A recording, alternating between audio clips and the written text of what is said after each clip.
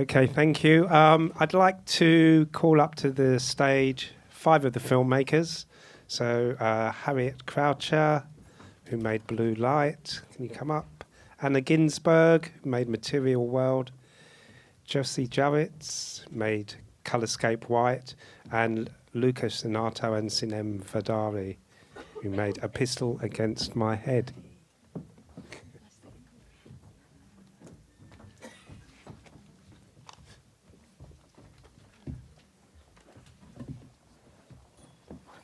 Have a seat. Hello. Okay, maybe we should just start. Do you want to just tell us each a bit about your film, introduce yourself and tell us a bit about the production process? Is they're all on? Yeah. I think so. So I'm Anna Ginsburg. I did Material World, which was the one for Selfridges about eco-fashion and sustainability. It was a commercial, which is quite strange. But Selfridges got in touch because I made a film that was in the festival last year on sexual equality with talking vaginas and penises, talking about masturbation, and Selfridges approached me wanting an advert with a similar tone, which was quite interesting. Yeah. It's quite surprising. Really. So, yeah, I mean... But there's no vaginas or penises in this No. But they wanted the approach of naturalistic voice-recorded interviews on the issue of eco-fashion in quite an organic structure as an advert, which was quite interesting, that they were prepared to pay for that. So, yes. I'm Jocie Juritz. I directed Colorscope White, which was one of the CNN series that was working with Dr. James Fox, who's a scientist who studies colour, and producing a series of 7 animations about different colours, so I did White. I also co-directed with Chris Shepherd, the one you just saw, the GIMP suit thing. That was my brain. That came from me. The second half, the slightly concerning second half. Yeah. I'm Hattie Croucher, and I made Blue Light, which was the one about the PTSD and the emergency services. No one else. That was a student film made at Farnham. Yeah, it was my BA film. Right. Yeah, my grad film for my degree. And did you know that you wanted to make a documentary film? Yeah. Before were they definitely. encouraging about that? They kind of just let you make whatever you want. Then they're quite open about it. But I've kind of focused on mental health a lot. And my dad was a fireman in the London Fire Brigade for 20 years, so he was really affected by post-traumatic stress. So I thought that's the film I've got to make for my grad film.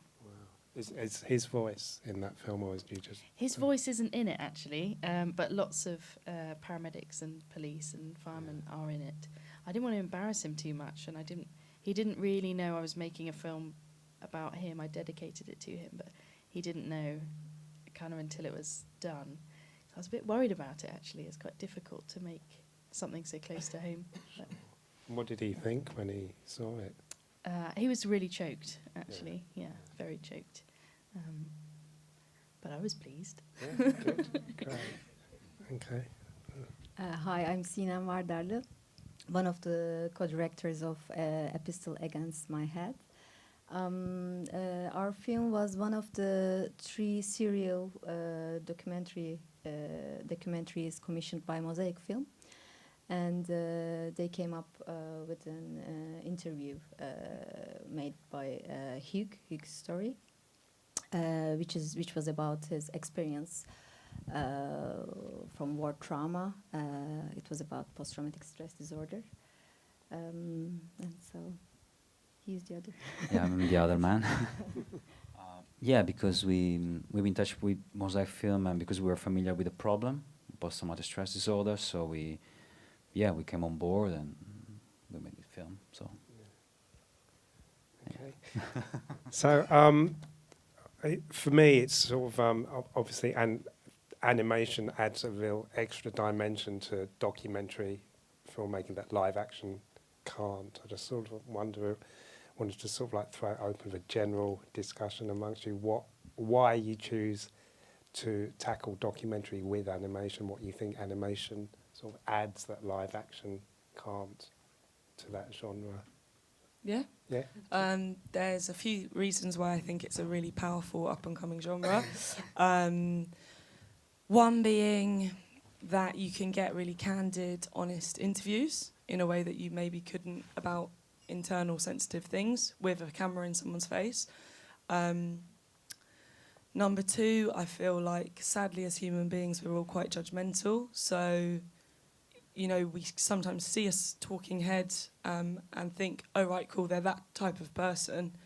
And when protected with the universalness of drawings or stop motion, your empathy is more able to flow. I think sometimes it makes a very specific story very universally accessible in quite an exciting new way. Yeah, and then the other simple thing is, you know, there's been a lot of mental health stuff in this screening, or things addressing the internal. And I think drawings and imagined visualizations can be quite good at representing the internal in a way that live action can't. So those are my three things as to why I think it's wonderful. I think a similar point that you can just be abstract. It doesn't. You Yeah, don't have to show anything literally, because you don't really want to show something difficult literally, and so you can do it in a really subtle way. Yeah, totally. Which is probably one of the only film mediums that you can do that. Yeah, only one thing. For example, in our case, which was A Pistol Against My Head, was the first film with the war, because the target were like veterans, and so we have to be much more traditional in the way we narrate the story, which is more like classical and solid, you know, with just some part with the eye and the heart beating, which are more like symbolic. Yeah, because it was more like to sensibilization, so we have to be more traditional in that way in terms of direction, not too much freedom, because the ex-veteran, they are not so easy to, they are not to get used to watch animation maybe, so to not alienate the vision, so we have to get a different approach. So but like the same slightly region, more literal, you feel like?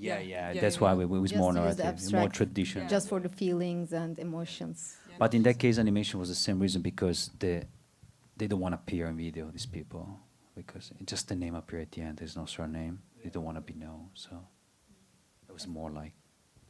Yeah, for me it was obviously I couldn't have any of the people named because they would possibly be made redundant at work if it was found out that they had post-traumatic stress.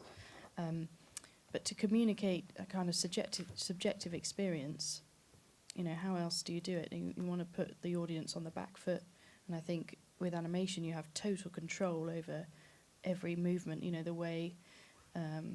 So for me, I was trying to make the audience kind of very uncomfortable, so everything is quite messy and weird, and it moves a lot. And how else do you control that without animation? That is, you know, you are. I think also, especially having just watched the Oscar Peterson one and loads of these films, music is so emotive when you're watching anything, and animation and music are just perfect together, completely go hand in hand, and maybe even more so than animation and live music and live action. I don't know, but I think that really adds to stuff like this. And also sound effects, because we worked a lot with sound effects, especially in the emotion parts. You just show, I mean, if you come up with interesting sound ideas and then you match with the visual, then you can give that emotion easily, I think, in animation. I mean, sound is such a huge, huge part of animation. Especially in our film, it was also very important. That's why we call audio video. Yeah, yeah, audiovisual. So did you record like the sound? I mean, obviously the voices must have been recorded first, I presume, and then you sort of edited them and then added the visuals afterwards. Is that? Yeah, so for the Selfridges film, it was all just voice-recorded Skype interviews. So the sound is low qual on my film, has to be said. We had like a 2-week period together.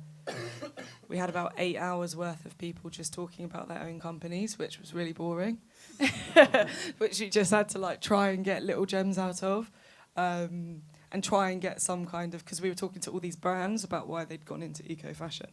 And then we added, in mine, it's not as evocative or plucking of the heartstrings, but it was just like, you know, like a goat's fart or like yak's fibre billowing in the wind or whatever, you know. But I can see that, you know, for the definitely the more evocative ones, it adds a whole other realm. Yeah, I think I don't like to start any part of a project until I've got the audio done and just know for a fact that I'm not going to get the audio changed, because I think once you started on the animation, if you have to change anything, it's a complete nightmare. And it might seem like it's not a problem, but it's so annoying. So you definitely get that sorted very early. You too? Do you want to add? Yeah, we have been given the voice edit already. So okay, so the voices so were yeah, Laurie pre-recorded. Harris made the interview and then edited, and then gave us the Hughes story where we locked already. It was already locked, so it was good to also understand the production time and everything, because as you say, it changed a lot for us. Even a one sentence is like might be 2-3 weeks of work. So yeah, that's important. Yeah. I will reveal a secret. I had to re-record all of my interviews because people were so worried about possibly being recognised. So I had the original recordings, and then I had to try and get actors to emote that much, which was really difficult. You know, trying to direct someone to recreate something that was so emotional. And I had the original recording. I was like, just do it like this, you know. But obviously, there's not that feeling. I hope it doesn't notice. I don't know. But there was nothing else I could do, and you know, the stories needed to be told as far as I was concerned. So, just had to bite the bullet and do it that way. Well, so you went back into the studio and recorded. And re-recorded, yeah. Which in a way was lovely, because when I did get the recordings, they were, and I got like 40 odd hours of them, but they were completely, you know, they could say what they wanted because they knew none of it was going to be, you know, used eventually. And I tried to keep as true to the originals as possible. But, yeah, sound-wise, that was a bit of a minefield. But that's what you got to do. Yeah, absolutely. Okay, let's see. Is there anyone in the audience that's got any questions for anyone here on the panel at all? There's a few people. Yeah. Okay. Hello, my question's for Blue Light. If at all, how much footage were you like working and painting on top of? Because to me, like a lot of the animation felt very true to life, and I don't know if you were working on top of footage, especially like that shot of the dogs where it's almost like I've never seen animation. You know, it's like it felt like a GoPro shot, but like animation. So was there a cut of the film where you were working on top of footage, or is it all just animated from scratch? Or So a lot of it's rotoscoped, but I feel like rotoscope has a very like a definite quality to it, and it feels like film. So what I do is I film it and then kind of take loads of frames out and reanimate it, almost like pixelation. So it's got like a bit of a jerk to it, and then work over the top of those frames. So I think that feels a bit more natural, a bit more organic than rotoscoping from start to finish, because that feels a bit robotic to me, and I wanted it to be a bit weird and messy anyway, so that's what I did. Yeah.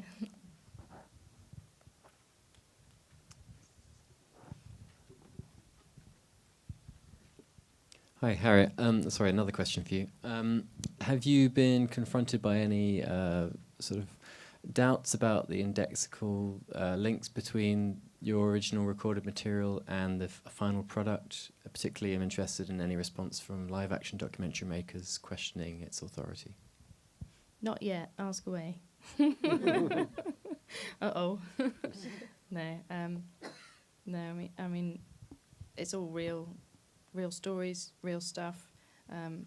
If that's the way I have to go about it to get those stories told, then that's what I do. For me, it's about, you know, people's stories, and the funny thing is, I thought, how am I going to get a load of people suffering with post-traumatic stress who may get in trouble from their jobs if they're found out, to talk to me about it. And people came out of the woodwork. They want to talk about it, but they feel like they can't because of repercussions. So I think especially at this point in time, that's what I had to do. You know, I made those decisions and decided that's the way I've got to do it that way. Try to be as sympathetic to the original material as possible, and just get the stories out there, and just get, you know, that emotion and that anxiety that people felt onto the screen, so that other people could maybe experience it. Does that answer your question?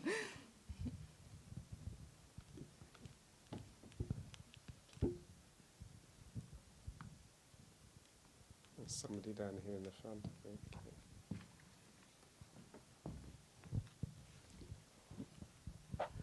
Yeah, just a comment for you all, really. Really enjoyed that. I haven't seen the documentary showcase before. I've been coming to the Animation Festival for a long time. But quite a strange experience. I actually found myself listening a lot more to the words and absorbing a lot more. You'd have thought you'd have been more distracted by the animation, looking at the imagery, but actually it's quite the opposite effect. It's quite a strange experience. You actually find yourself really listening and taking things in. So I don't know, perhaps, as you said, you let your guard down a lot more, and you know, you perhaps connect with the emotion a lot more. So yeah, just a comment really, just found that experience really, really interesting. Really enjoyed it.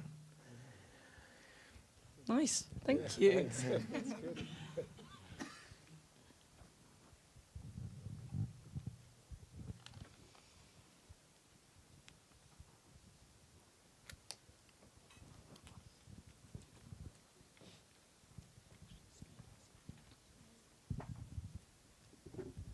Hello.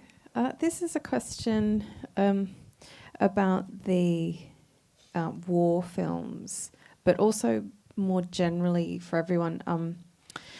It's this difference between illustrating with fidelity what has actually happened versus the imagination.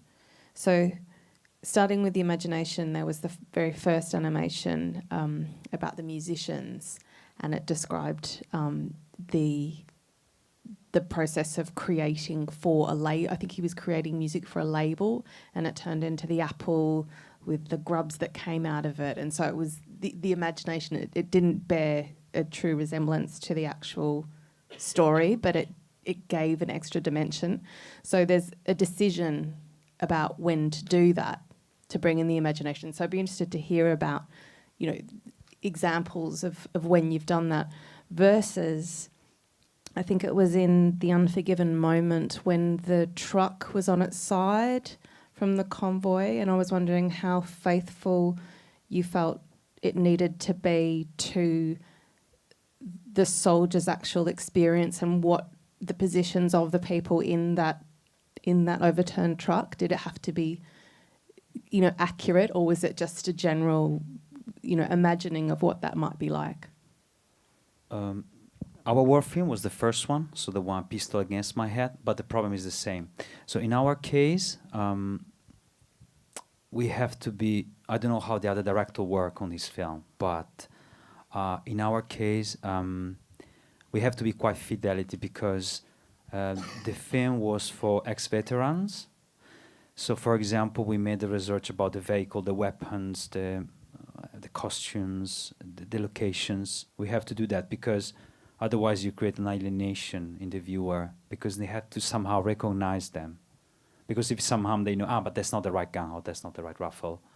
But it was just for the technical things like the truck or gun, or, you know, the things that just the people who went to that war would recognize.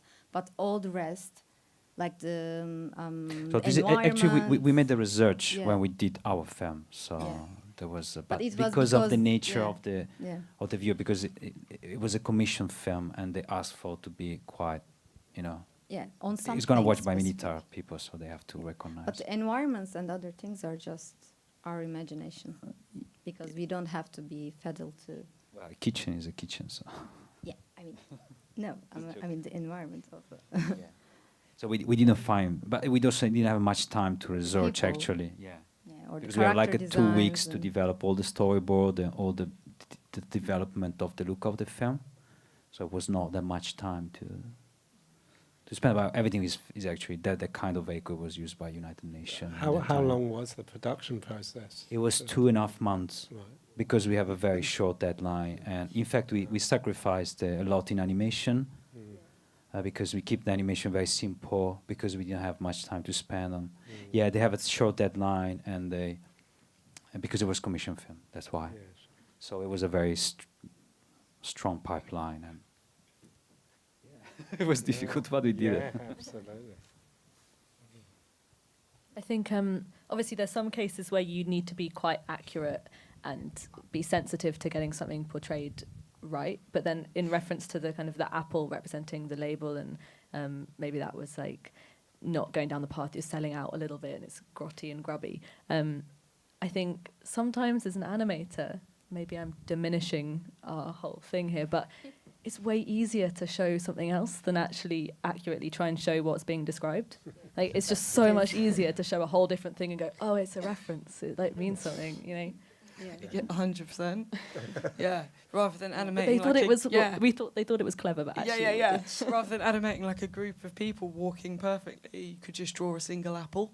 You know, it really is sometimes, and it often works. It's more strong. It's more striking. You know, it's more simple and striking. But I totally agree. Shouldn't have told them You're ourselves. I know. giving too many Damn it. secrets away. It's all clever symbolism. Yes.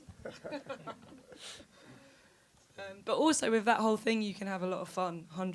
That's why I love it so much. You know, you can morph from one thing to another in a way that you can't do with live action. You can do things that are physically impossible in a way that you can't. You know, having a yak doing beautiful posing. You know, trying to make something interesting that also isn't maybe that interesting. E.g., like linen being hard wearing.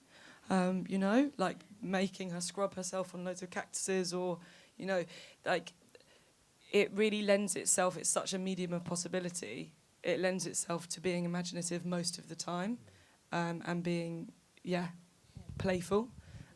So it's good that you picked up on that. I think that's really, for me, what I love about the medium. And also, for example, in this case of the war film, it's easy to do in animation because otherwise, if you're going to shoot, it's going to cost a lot in terms of production because you have so many locations. We moved from Northern Ireland to Bosnia, so that makes sense also in terms of production point of view.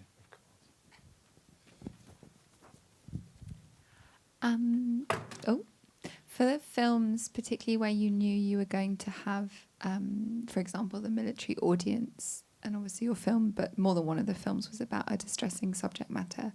I just wondered if you ever were worried or had to balance wanting to make the film as representative as possible of the distress without wanting to distress the people who would be watching it. Obviously, you want to tell people who haven't experienced that what it feels like, but you don't want to reignite certain symptoms in people who do suffer. I just wondered if that's anything you ever struggled with or had to deal with. I answer for both. Actually, the people that involved in post-traumatic stress disorder by the war veterans, sometimes they want to talk about the story. If you just be part of like a veterans group, they talk about their experience, they want to share, and they feel more alive than their normal life because they want to live again and again. So as a part of post-traumatic stress disorder, it's stuck in your body. So the body keeps the score about the event. So and when they talk about these things, they become alive again. So it's quite tricky disease. And so in somehow show them and leave them is a kind of relief. But of course, they don't want to be the protagonist. They don't want to show their face. They don't want to be recognizable. So showing the event is like leaving the event a kind of, somehow just, living the experience again, but it's kind of give you a relief, which is stuff they do also in therapies with them to go through the event again. So somehow the film is also, because they're for them, is a kind of a therapy, but of course it's not, but it's a kind of I don't know if it makes sense what I'm saying, but yeah. So it's not that kind of, yeah, but there is no clear violence if you look at the film. It's more like soft and, but anyway. Do you answer your question? Yeah, yeah, somehow.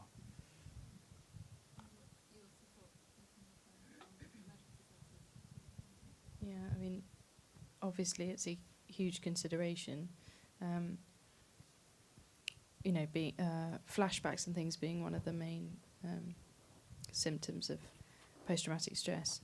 And you know, I remember my dad, obviously, something could set him off and he would relive it. So how much do you show? How much do you do? And I think actually, again, that's kind of a strength of animation, is that you don't have to show the obvious scene of whatever's happening. You can show something that hints at it, which people can take in their own way and they can apply to their own memories, but it's not, hopefully, it's not something that's going to set that off. Does that make sense? I worded that right? Sorry. Any more questions from anybody?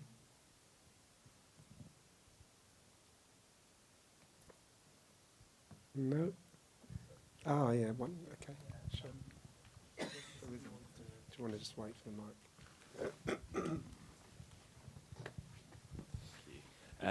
I guess it's probably more for people who've worked with commission work, but I have no idea how animation, sort of how your projects work. But do you ever get any sort of people who come commission work and then say, I'd like it to be more like this kind of animation, or I'd like it to be a stop frame animation, or how much kind of control do they try and impart, and how much do you guys try and sort of explain, actually, I like to work in this medium and that's what I'd like to do and this is how I'm going to get your message across? Or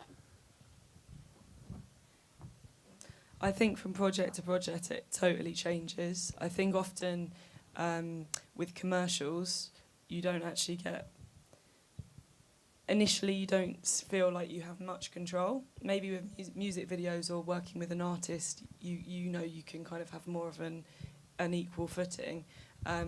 But with advertising, so for the Selfridges thing, I was working with an illustrator called Sarah Andreasen, whose style I love, so that was fine. And I kind of had to learn how to draw like her for the project. And she was drawing, I was doing the storyboards, and then she was designing my storyboards again in her style, if that makes sense. One top tip for trying to get what you want made, if you're working with a commercial client, is extreme planning. So me and Sarah were really, it's basically exactly as we imagined, because we did a storyboard that was then moving called an animatic. You might know what that is. Basically just when you drop the stills on a timeline with sound, like almost like a slideshow, but we'd done 337 drawings before we even showed them any ideas.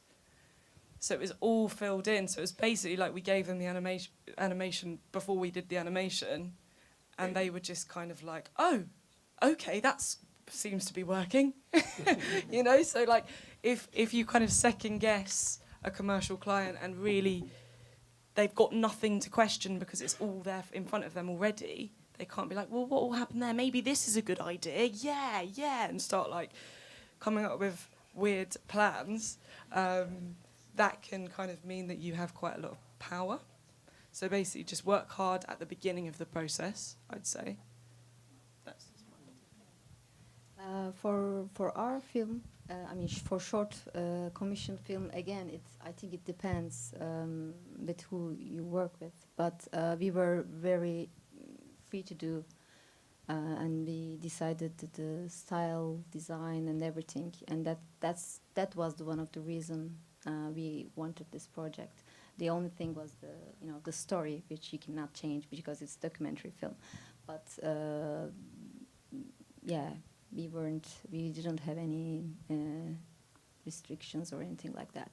But again, in commercial, it's totally different because you work with an agency who had the idea, and sometimes they have, certain visual ideas, or you have to work with them. Basically, you work with them. But in this one, we were totally free. Do you find that frustrating, having to work? In commercial? Yeah. No, because as she says, you show them. I mean, depends how you work with them and with who. But we were, I think, quite lucky until now.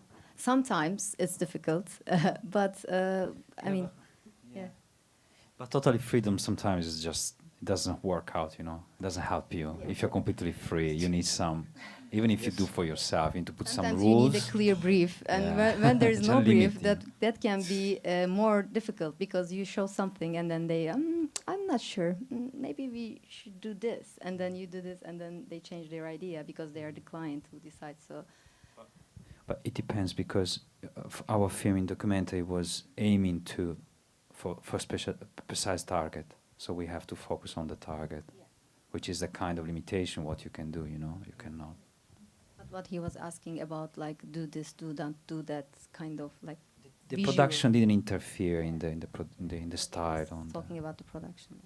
I think if you're producing, if you're directing for commercial-based stuff quite regularly, then hopefully a client can come to you based on some of the things that you've done before, and so they have a vague idea of what they're going to get, which is quite nice, because then they trust you a little bit.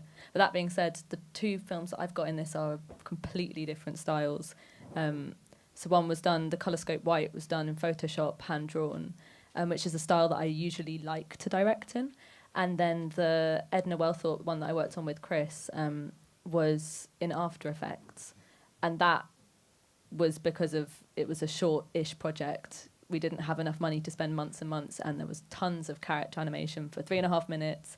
So the only way I could have possibly done that was in After Effects, where you can kind of puppet tool the characters around. Yeah, sometimes you work to limitation fit. Can be the time, not just the client. Maybe sometimes you don't have the time, so you have to choose a certain style or design or a way of doing. So it's not always them.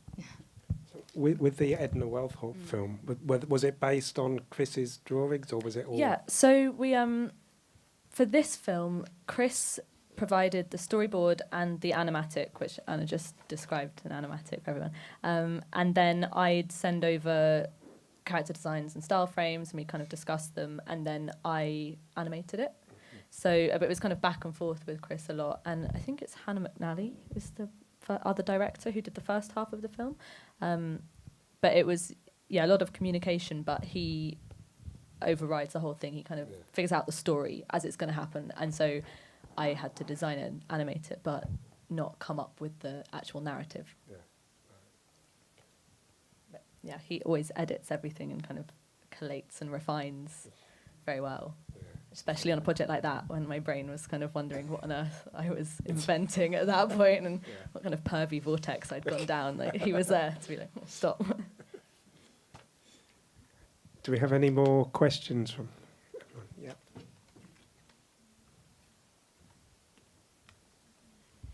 Just to say, it's great seeing everybody's animations. I was just wondering, would any of you collaborate as groups with the type of works you've done? I mean, A, would you collaborate, and B, with the themes you've had, where would you go further with the dilemmas in the world that's going on? Where do you see yourselves with the work that you have that you can go forward with? That makes sense.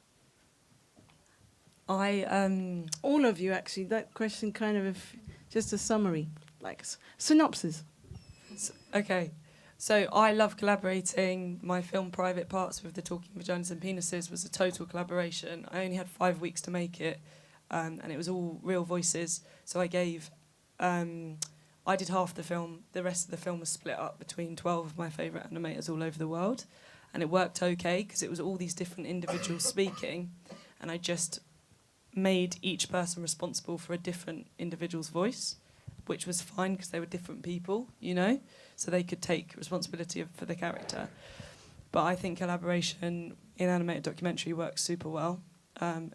You sometimes need a colour palette or something to bring it all together, but other than that, I think it's great. And And the second question was, how do I see Because this to develop? My yeah, kind of- you know, like you've had commissions, but is there something that's very important for you all that you'd like to bring forward for the world to see, or in the animation world to see? That makes sense. Kind of like topics and Yeah. yeah. I guess sorry. Oh, you go. I definitely feel like very happy with some of the kind of topics I get to work on. The working with a scientist on color scope was great and that sort of thing. I'm working on a project just started about discrimination and harassment in the workplace and a kind of tool for people to come when they've had that experience and how to kind of deal with that and bring that up. I think I don't necessarily have a big idea of, I want to achieve this massive thing, but if I could continue to work on stuff that I genuinely support and I feel is a topic I'm passionate about, then that would be the goal. Just do that enough. And I don't really collaborate, but not by choice. I just haven't, apart from Chris, I've collaborated with quite a lot of times, but I'd love to, but we'll see. Yeah, I've just finished uni. I don't know what I'm gonna do now. But I just want to keep making films, and for me, animated documentary is the most exciting genre. It really, I just can't think of anything better, and I want to keep telling other people's stories and get them on the big screen. So all these audiences can see a different point of view. That is the most important thing for me. So my plan is just keep making films and see what happens. I think we are already collaborating together. Yeah, and we are open to collaborate if we find out any particular idea. Or It's difficult to collaborate with us because it's actually yeah, we even have between two, so another third person is too difficult. no, bye. No, it's okay. I'm easy. Don't collaborate with us. No, it's all. Of course, it's interesting, but yeah, you have to find the chance to do it. So yeah. But for us, for example, but now we are already finished another short films in a month, but it's completely different. For example, it's a comedy, and before this film was another comedy, quirky comedy with character. But after that, we already have the script for another film, which is much more like in this kind of. So we might be open to collaborate. For that one, we might open it for collaboration. It's too big, the script. I wish you all well. Thank you very much for your concept and understanding of what you've been through. Thank you. Thank you. Thank you. Okay, we've probably got time for one more question if anyone has got a question. So, there we are. Okay, one last.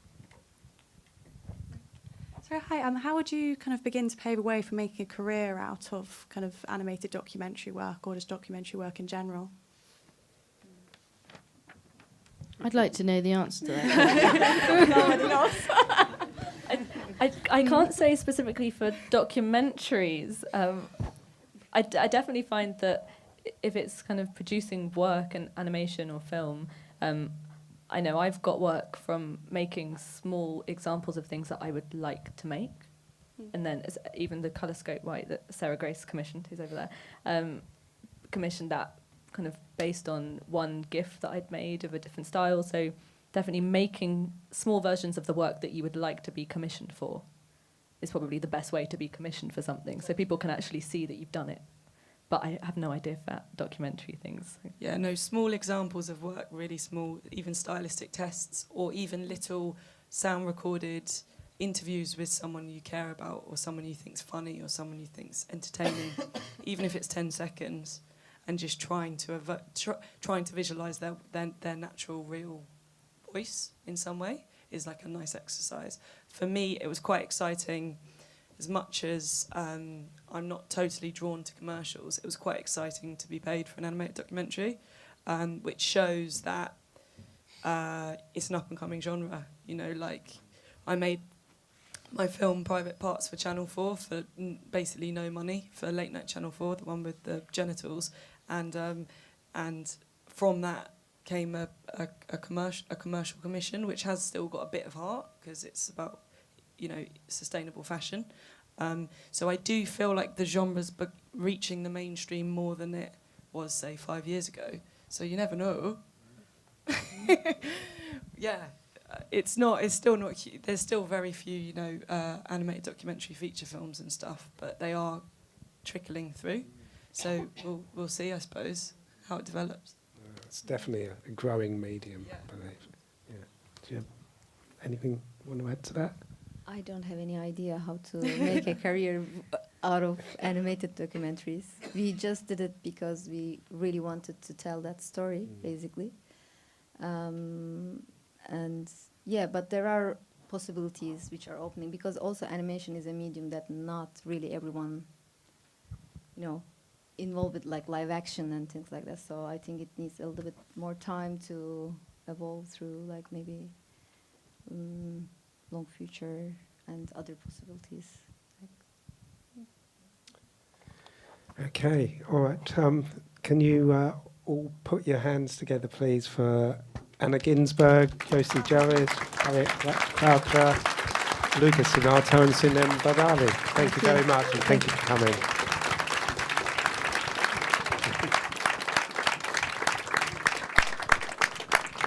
And please remember to vote for your films as well as you leave the cinema. Thank you.